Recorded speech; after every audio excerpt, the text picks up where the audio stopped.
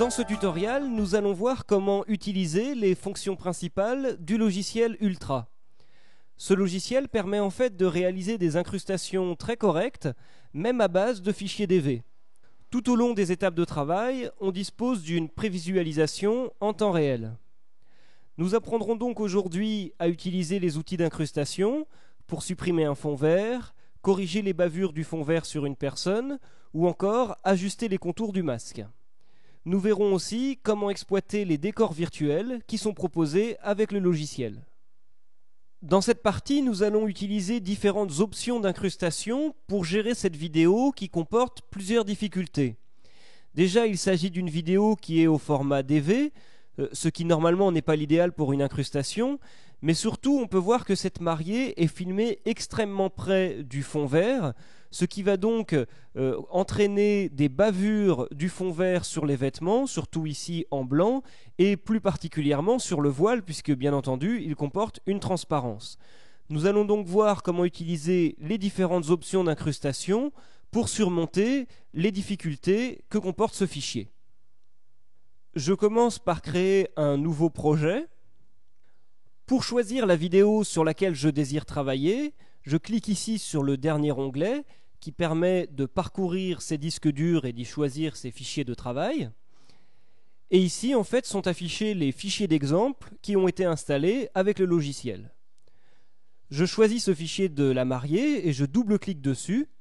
En conséquence, cette vidéo maintenant est reconnue comme le clip principal sur lequel on va travailler et définir une incrustation. Je clique sur le premier onglet, Keyer, pour travailler mon incrustation, et d'ailleurs, je rends actives les différentes options d'incrustation qui nous sont proposées. Donc il va falloir maintenant supprimer ce fond vert, et on peut voir qu'il n'est pas totalement uniforme. Il va donc falloir placer différents points de référence pour que le logiciel puisse créer son incrustation. Alors en cliquant sur la loupe, je peux utiliser la molette de la souris pour zoomer dans l'image. Et maintenant, je choisis la main pour me caler à l'endroit où je désire travailler. Et je clique de nouveau ici sur le carré vert, ce qui me permet d'aller poser différents points sur le fond vert, qui seront autant de nuances de vert qui seront prises en compte comme référence par le logiciel pour créer l'incrustation. Je rétablis ici l'affichage de toute la vidéo et maintenant j'applique les points que je viens de placer en cliquant sur ce bouton. On peut donc voir ici que dans le moniteur de prévisualisation, on dispose d'une prévisualisation en temps réel, d'une lecture en temps réel qui donne une idée de ce que donne cette incrustation, sauf qu'il n'y a pas de fond pour l'instant, c'est pour ça qu'on a ce point d'interrogation. Là, je vais utiliser un des fonds par défaut, le fond blanc, pour me faire une idée plus précise de mon masque. Alors on voit qu'en ce qui concerne le fond, il va falloir affiner le travail du masque pour que le fond se détache de façon plus propre. Pour cela, on va utiliser ces différentes options ici, à commencer par ce premier curseur qui permet de travailler sur le niveau d'entrée, c'est-à-dire le seuil de tolérance que l'on donne sur les nuances de vert avec lesquelles on travaille pour créer le masque. Ça intègre donc déjà plus d'éléments du fond dans le masque, puisque plus on se rapproche ici de notre fond blanc, plus les éléments du fond ont été supprimés. Je zoome ici dans le moniteur pour analyser les éléments qui me restent à supprimer. Si je désactive provisoirement les outils d'incrustation, on peut voir qu'il reste dans le masque à intégrer des éléments qui sont dans les ombres, mais également dans les hautes lumières. Alors pour cela, je vais travailler avec le curseur des ombres ici, ce qui permet d'intégrer dans le masque plus d'éléments du fond vert qui se trouvent dans des basses lumières, et on va faire pareil avec des éléments du fond vert qui se trouvent dans des hautes lumières, en glissant le curseur des hautes lumières vers la gauche. On peut voir que maintenant, mon fond est beaucoup plus propre et que le masque a été créé beaucoup plus précisément en utilisant ces options. Pour autant, il reste un dernier réglage à faire, celui de la transparence. Pour cela, je passe le fond en mode damier Ce qui me permet de constater que, bien sûr, sur le voile, je vais devoir avoir de la transparence. Par contre, je ne dois pas en avoir au niveau de la robe, qui se doit d'être opaque. Pour cela, je vais donc glisser le curseur transparence vers la gauche et tâtonner afin de trouver le bon compromis entre la robe qui se doit d'être opaque et le voile qui se doit d'avoir un minimum de transparence. Je peux aussi passer sur un fond noir pour me faire une idée de ce que donne la transparence et zoomer ici sur le voile pour voir que on le voit bien se détacher sur le fond avec suffisamment de transparence. Je vais maintenant choisir le fond avec lequel je désire incruster cette image. Alors ici, dans l'onglet Background, je ne vais pas faire dans l'originalité, je vais aller chercher une image de coucher de soleil et je la fais glisser ici pour la définir comme fond. On pourrait le faire également bien sûr avec une vidéo. Et maintenant, je vais supprimer ces éléments du décor qui étaient inclus donc dans ma vidéo. Pour cela, je clique sur l'onglet Input afin de recadrer l'image, de faire un crop en fait, et je décale les bords de l'image tout en contrôlant. Alors on peut désactiver le masque pour contrôler. Donc tout en contrôlant que la robe reste bien à l'image. Alors là, la prévisualisation en temps réel est assez souple pour ce type de réglage. Et pour que les bords ne soient pas trop durs, je vais rajouter un petit peu de flou avec ce curseur ici. Et j'active de nouveau l'incrustation.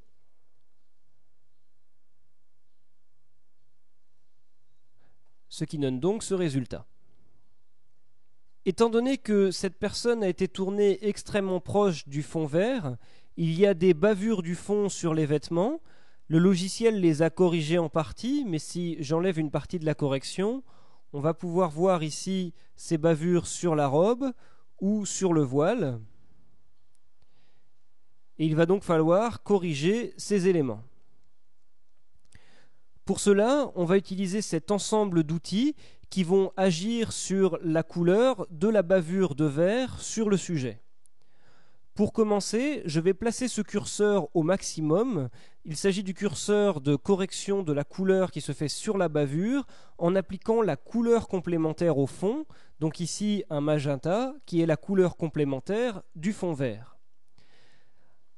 Cela va nous permettre de bien visualiser les zones exposées et en agissant sur la saturation de la couleur ainsi que sur la densité de la couleur, on va essayer de circonscrire en tâtonnant le magenta aux zones qui subissent ces bavures, ces débordements de vert.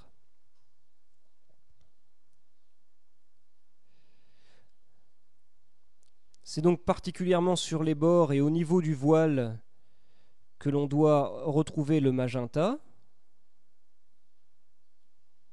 alors que la robe, sur certaines parties, peut retrouver son éclat blanc. Et maintenant que l'on a ce magenta qui est plutôt circonscrit aux endroits où il y avait ces bavures, on peut baisser l'intensité de la couleur complémentaire. Toujours par tâtonnement, on va chercher à l'amener dans des valeurs qui vont bien se marier avec l'image de fond.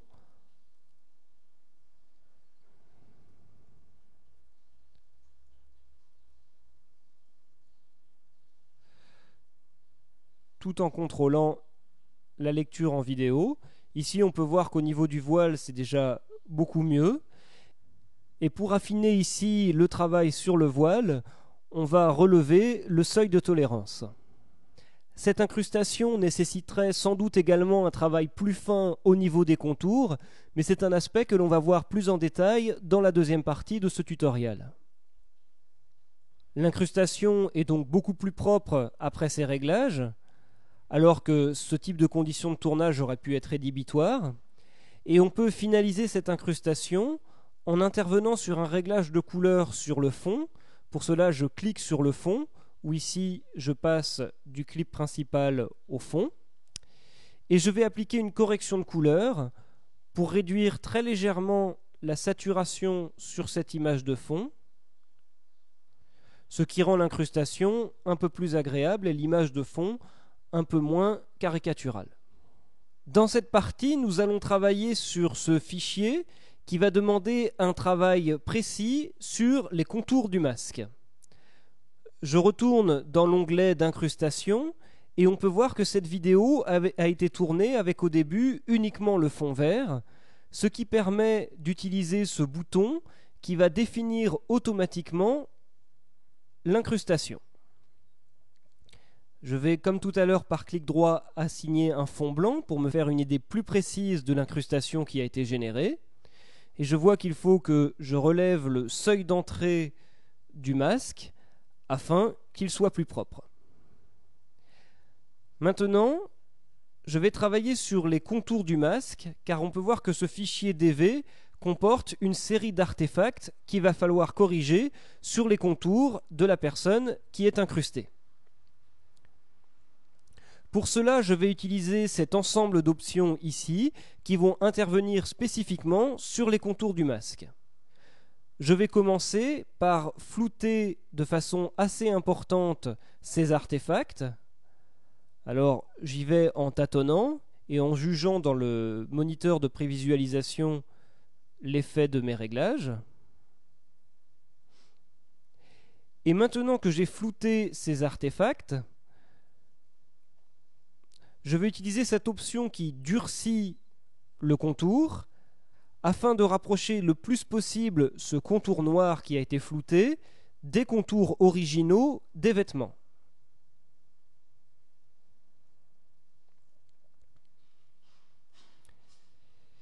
Je vais maintenant agir sur le seuil de durcissement du masque afin de le rapprocher également du contour des vêtements.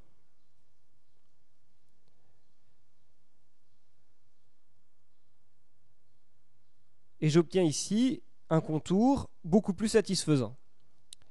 Je vais placer un fond pour mieux évaluer le résultat. Ici, j'utilise les fonds animés. On peut par exemple prendre celui-ci.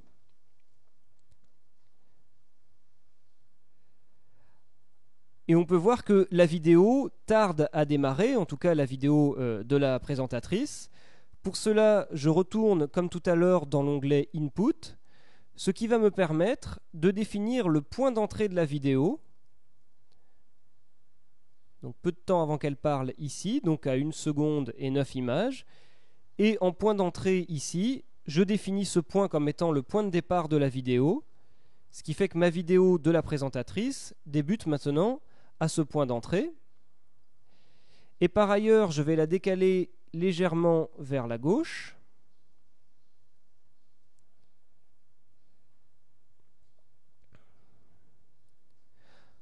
Sans doute qu'il faudrait, comme tout à l'heure, travailler légèrement sur les débordements du fond vert qu'il y a dans ses cheveux. Et par ailleurs, on pourrait corriger sa colorimétrie. On pourrait renforcer le contraste, étant donné le fond orange assez vif qui est exploité en arrière-plan. Ainsi que travailler sur les niveaux, sur l'ensemble des couleurs.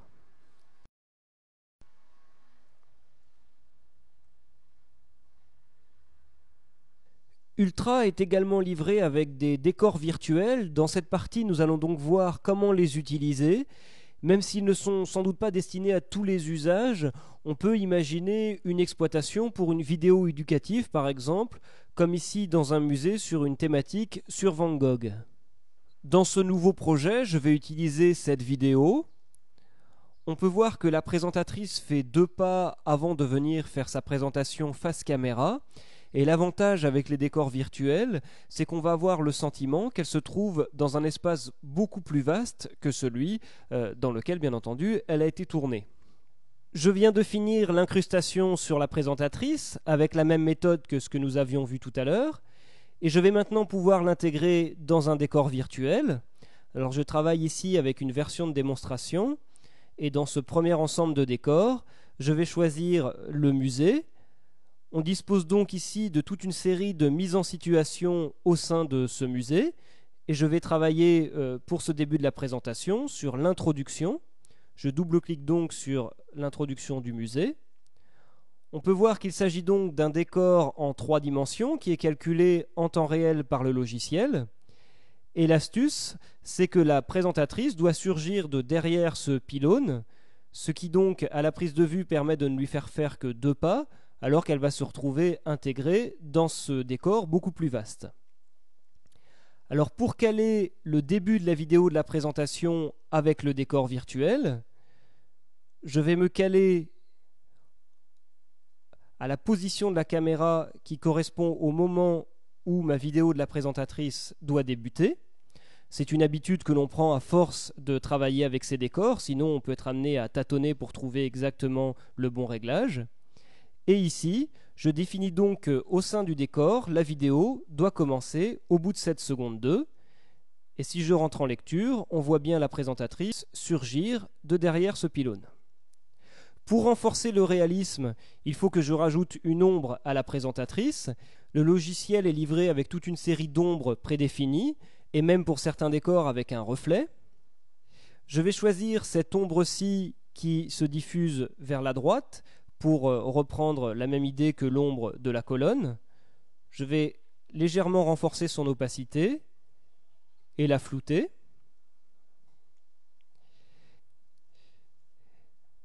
Et on peut voir que l'ombre est animée et calculée en temps réel pour suivre les mouvements de la présentatrice. Pour finir, je vais maintenant personnaliser ici ce tableau. C'est ce qui est appelé à cet emplacement-ci la source B, parce que ce décor virtuel propose une source. Il peut y avoir d'autres décors qui proposent beaucoup plus de sources à intégrer au sein du décor virtuel. Donc pour cela, je vais aller choisir le tableau de Van Gogh que j'ai préparé sur mon disque dur. Donc cette image, il pourrait s'agir bien entendu d'une vidéo dans d'autres situations.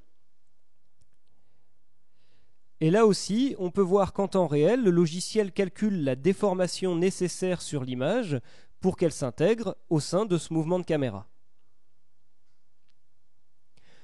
J'en ai donc fini avec la création de cette introduction de ce programme éducatif. Pour les autres parties du programme, on pourrait exploiter d'autres mises en situation au sein du musée, en ayant prévu à la prise de vue les bonnes échelles de plan. Par exemple, si on désire faire parler la présentatrice devant le tableau avec un plan plus rapproché, il aurait fallu prévoir une échelle de plan sans doute en plan américain ou plan rapproché taille.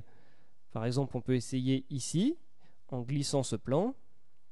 Ça permet donc de mettre la présentatrice dans des situations variées si on a bien étudié les décors et que l'on a fait les prises de vue sur fond vert en conséquence.